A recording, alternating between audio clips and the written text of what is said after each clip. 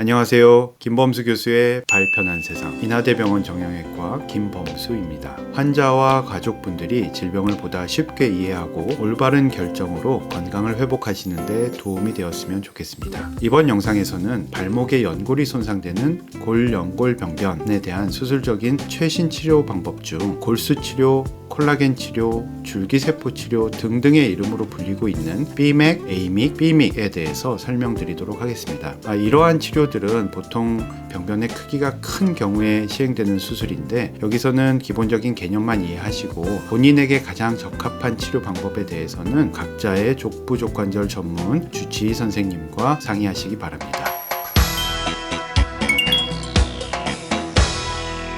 A맥이라고 하는 것은 말이 조금 어려운데 자가 기질률의 연골 형성이라고 합니다. 영어로는 Autologous Matrix Induced Chondrogenesis라고 하는데 여기서 기질이라고 하는 것은 영어로는 Matrix 또는 Scaffold라고 하는 건데요. 쉽게 얘기해서 인공 연골 섬유라고 이해하시면 되겠습니다. 주로 콜라겐이나 연골 성분인 히알루론산으로 만들어진 제품들이 있습니다. 이것은 실제로 제가 사용하는 콜라겐으로 된 시트인데요. 얇은 가죽 같은 느낌을 주고 있습니다. 지난 영상에서 미세골절술은 손상된 연골을 제거하고 재생이 될 수 있도록 구멍을 뻥뻥뻥 뚫어주고 나오는 치료라고 말씀을 드렸는데 이거하고 비교해서 A맥은 미세골절술을 시행한 후에 그냥 나오는 것이 아니라 이 인공 연골 섬유인 기질로 연골 결손 부위를 떼워주고 나오는 치료입니다. 그렇게 되면 이 골수로부터 올라오는 좋은 성분을 이 기질이 모두 머금게 되고 관절 내 다른 공간으로 골수가 흩어지는 것을 방지하는 효과가 있습니다. 즉 밑에서 올라오는 좋은 성분을 병변 부위에만 이렇게 집중시키는 거죠. 그래서 좋은 성분을 이렇게 가둬두는 기능을 한다라고 해서 영어로는 Biologic Chamber의 역할을 한다라고도 합니다. 그리고 이 기질을 현미경으로 보면 미세한 그물망처럼 이렇게 되어 있습니다. 그래서 연골 세포들이 이렇게 이동하고 자리를 잡을 수 있는 어떤 구조적인 틀의 역할을 하게 됩니다. 그리고 연골이 다 재생이 되고 나면 이 기질은 다 흡수돼서 없어지게 됩니다.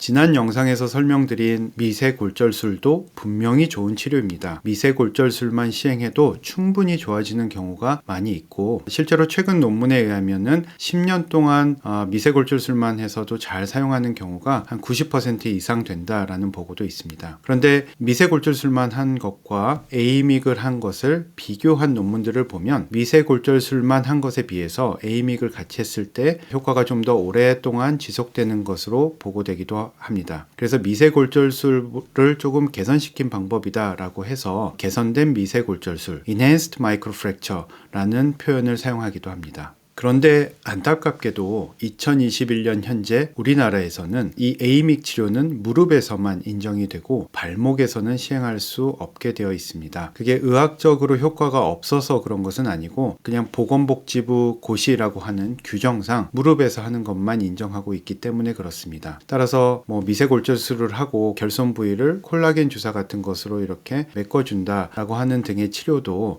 우리가 공식적으로는 할 수 있는 상황은 아닙니다.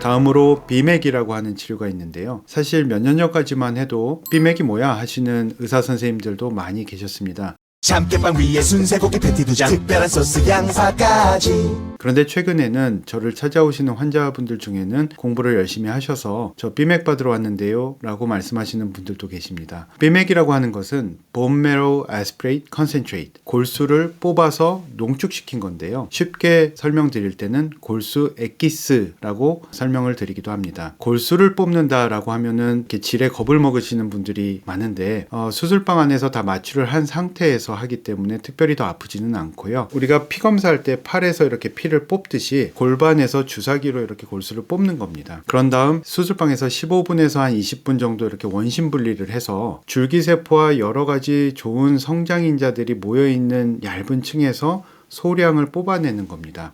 그게 이제 B맥이라고 하는 건데 그럼 이것을 어떻게 사용하느냐, 원래는 미세골절술을 한 다음에 그 병변에다가 B맥을 그냥 이렇게 뿌려주는 겁니다. 외국에서는 그런 치료를 하기도 하는데 안타깝게도 우리나라에서는 이런 B맥을 그냥 뿌려주는 치료는 인정되고 있지 않습니다. 네, 우리나라에서는 A맥만 하거나 B맥만 하는 것은 인정이 되고 있지 않는데요. 다행히 A맥과 B맥을 한꺼번에 해주는 B맥이라고 하는 치료는 조건에 따라서 발목에서도 할 수 있게 되어 있습니다.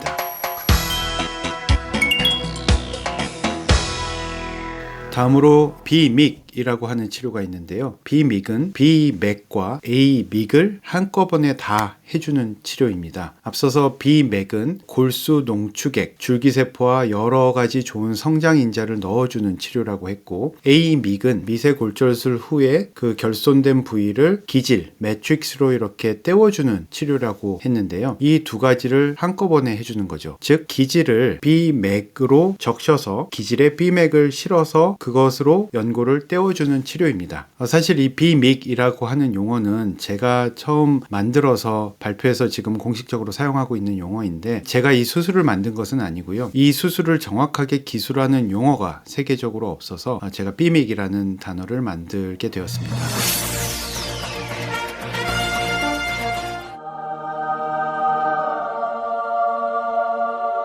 B맥은 B맥과 A맥의 장점을 모두 가지고 있는 수술이라고 할 수 있는데요. 기질은 세포들이 자라나고 연골을 재생할 수 있는 어떤 구조적인 틀의 역할을 하는 거고, B맥은 거골에서 올라오는, 골수로부터 올라오는 세포들과 함께 훨씬 더 고농도의 세포와 성장인자들이 함께 연골을 만들어내는 역할을 하는 거죠. 지난 영상에서 미세골절술은 원래의 초자연골이 아닌 섬유연골로 재생되는 게 단점이다 라고 말씀을 드렸는데, B맥은 섬유연골보다는 훨씬 더 초자연골에 유사한 연골로 재생이 되기 때문에 그 재생된 연골의 퀄리티와 수명이 훨씬 더 좋을 것으로 기대하고 있고, 실제로 그런 논문들이 최근에 보고되고 있습니다. 실제 증례를 하나 보여드리면 28세 여자 환자로 발목 관절에 큰 골연골 병변이 있었습니다. 이에 대해서 발목의 안쪽 복숭아뼈 뒤쪽으로 절개하고 들어가서 병변을 아주 깔끔하게 정리를 하고 골수와 통할 수 있게 다발성 천공술 구멍을 여러 개를 뚫은 뒤에 인공연골 섬유에 골수 농축액을 묻힌 것으로 병변을 떼워준 사진입니다. 무서워 보이시겠지만 무릎에서 연골을 떼어서 이식하는 오츠라는 수술에 비해서 뼈를 잘랐다가 붙이는 그런 과정이 없기 때문에 환자 입장에서는 훨씬 부담이 적고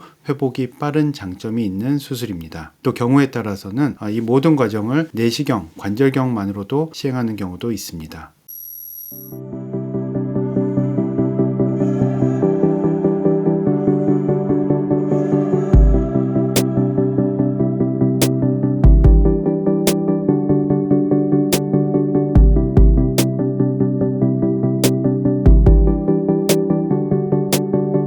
네, 이번 영상에서는 발목 연골 손상에 대한 수술적인 치료 방법 중 최신 치료 방법인 B맥, A맥, B맥에 대해서 설명드렸습니다. 최신 치료 방법이라고 해서 기존 수술 방법에 비해서 무조건 다 좋은 것은 아닙니다. 그리고 병변이 작을 때는 기존 수술 방법으로도 충분히 좋은 결과를 기대할 수 있기 때문에 각자 나에게 어떤 치료 방법이 가장 적합한지에 대해서는 가까이에 계신 족부족관절 선생님과 상의하시기 바랍니다. 감사합니다.